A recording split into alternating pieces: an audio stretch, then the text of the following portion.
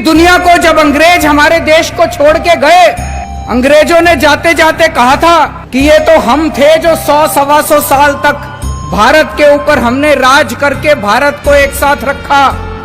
अब देखना हमारे जाने के बाद इनसे अपना देश नहीं चलने वाला, इन लोगों से भारत एक साथ नहीं रहेगा।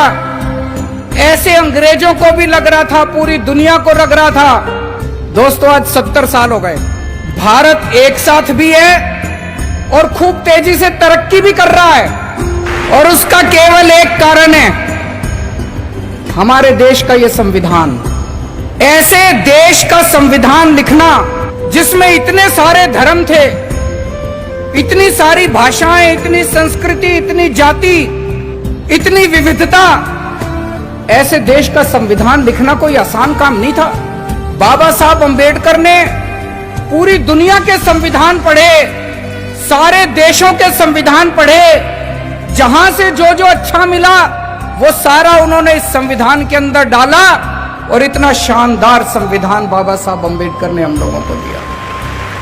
संविधान में लिखा है बराबरी का अधिकार होगा। अभी तक यहां इतने सारे बच्चे बैठे हैं, अगर कोई बच्चा गरीब घर में पैदा होता था और कोई बच्चा अमीर घर में पैदा होता था, क्या उनको बराबर की शिक्षा मिलती थी? नहीं मिलती थी। तो क्या बराबरी का अधिकार था? नहीं था। मैं आपका मुख्यमंत्री हूं, हम सरकार चला रहे हैं। सरकार की नजरों में, मुख्यमंत्री की नजरों में, एक बच्चा अगर गरीब घर में पैदा होता है और एक बच्चा अमीर घर में पैदा होता है, मेरे लिए तो मेरे दोनों बच्चे बराबर हैं। मैं उन दोनों बच्चों के बीच में फर्क नहीं कर सकता। तो इसीलिए जब हमारी सरकार बनी, हमने अपने सामने सबसे पहला लक्ष्य रखा कि इस गरीब के बच्चे को भी अच्छी शिक्षा दिला के रहेंगे हम लोग। दिल्ली में जो भी बच्चा दिल्ली में पैदा होगा, चाहे वो गरीब का बच्चा हो, चाहे अमीर का बच्चा हो, सबको अच्छी शिक्षा मिलेगी, सबको एक जैसी शिक्षा मिलेगी। दोस्तों आज 5 साल के अंदर हमने वो करके दिखाया।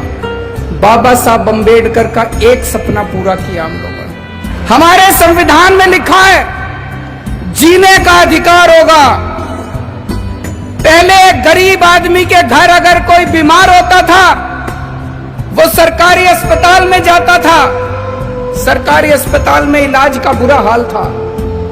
आज दिल्ली के अंदर सरकारी अस्पतालों में वैसा ही अच्छा इलाज है जैसा प्राइवेट अस्पतालों के अंदर इलाज हो रहा है।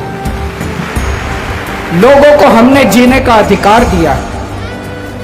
दिल्ली के अंदर हमने योजना बनाई, अभी तक अगर किसी का एक्सीडेंट होता था, कोई उसको बचाने के लिए नहीं जाता था, वो बेचारा सड़क पे पड़ा रहता था। लोग सड़क पे गुजर जाया करते थे, लोगों को लगता था मैं क्यों पचड़े में पड़ूं, मैं अगर इसको अस्पताल में ले गया तो अस्पताल वाले मेरे से पैसे मांगेंगे। अब हमने कहा है कि पैसे की चिंता मत करो, अगर कोई किसी का एक्सीडेंट हो जाए, जो भी उसको देखता है तुरंत उसको नियरेस्ट अस्पताल में पहुंचाओ। कितना भी महंगा अस्पताल होगा, सारे पैसे दिल्ली सरकार देगी। संविधान में लिखा है गरीबी दूर करेंगे। गरीबी कैसे दूर होगी? केवल नारे लगाने से दूर नहीं होगी गरीबी। हमने दिल्ली के गरीबों का मिनिमम वेज बढ़ाया।